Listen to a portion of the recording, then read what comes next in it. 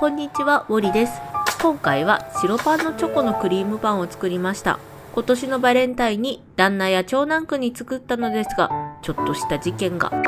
ぜひ最後まで見ていってください。まずはホームベーカリーで生地作り。材料を入れて、パン生地コースでスタート。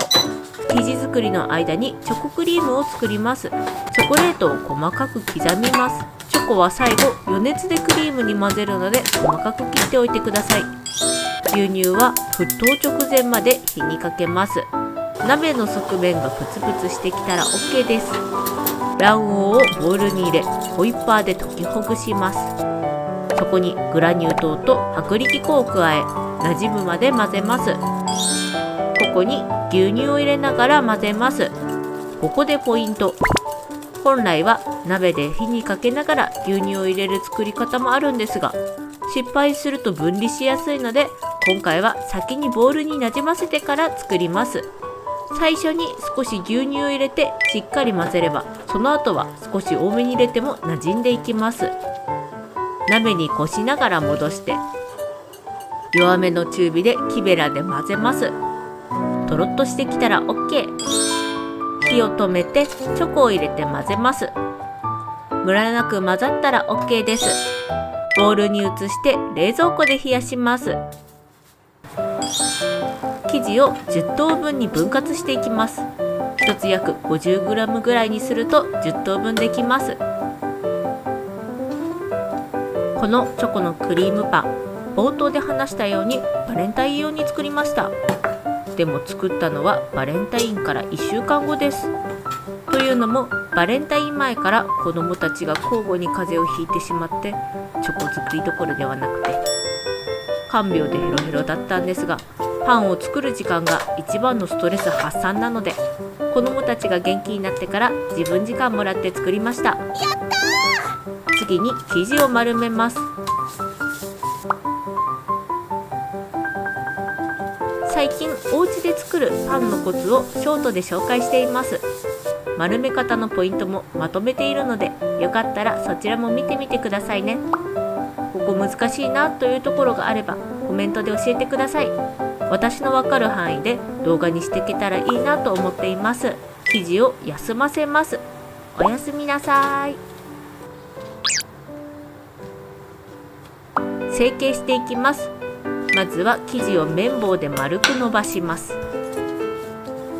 伸ばせたらクリームを包んでいきます。クリームは冷えて固まっているので、ホイッパーなどで軽くほぐしておくと使いやすいです。ここでポイント。包むときは手の中に空洞を作ることを意識してください。ここが一番失敗しやすいところです。空洞を作らずに包もうとすると、クリームを横に塗るだけになってしまいます。あと生地の端にはクリームをつけないようにしてください。クリームがつくと生地同士がくっつかず、閉じ目が閉じなくなってしまいます。生地は少し大きめに伸ばしておくと包みやすくなります。それと手を筒状にして生地をのせると空洞を作りやすくなります。本来は手のひらに生地をのせて、手のひらに少しくぼみを作り、そこにクリームを入れて包んでいくのがコツなのですが、手が小さいとこの包み方少し難しいんですよね。なので私は茶壺の手遊びみたいな形で空洞を作って包むようにしています。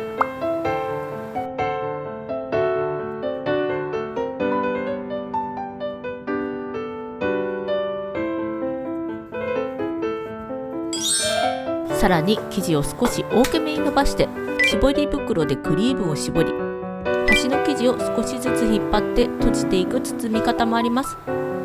この方法だと空洞が作るのが苦手な方でも包みやすいです。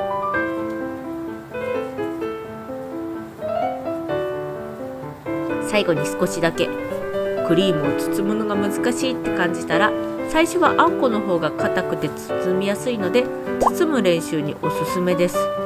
慣れてきたらチョコクリームパンにもぜひ挑戦してみてくださいね。天板に並べていきます。今回は1枚の天板に5個ずつ並べていきます。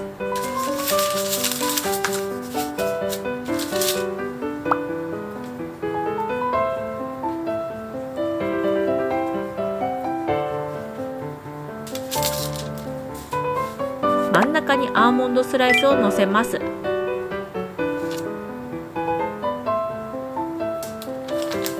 35度で40分から50分ほど発酵させていきます。スタート。生地が 1.7 倍くらいに膨らんだら、バットの方は一度取り出しておきます。天板の方は 1.8 倍ぐらいまで膨らめば OK です。150度で8分から10分ほど焼いていきます。スタート。焼き色はつけすぎず、うっすら色づく手前で取り出します。天板の分が焼けたら、バットの生地も天板に移して同じように焼きます。焼き上がったら、白パンのチョコクリームパン完成です。今回使った材料はこちらです。最後までご視聴本当にありがとうございます。クックパッドにも作り方載せてあるので、そちらもチェックしてみてください。また他の動画でお会いしましょう。バイバイ。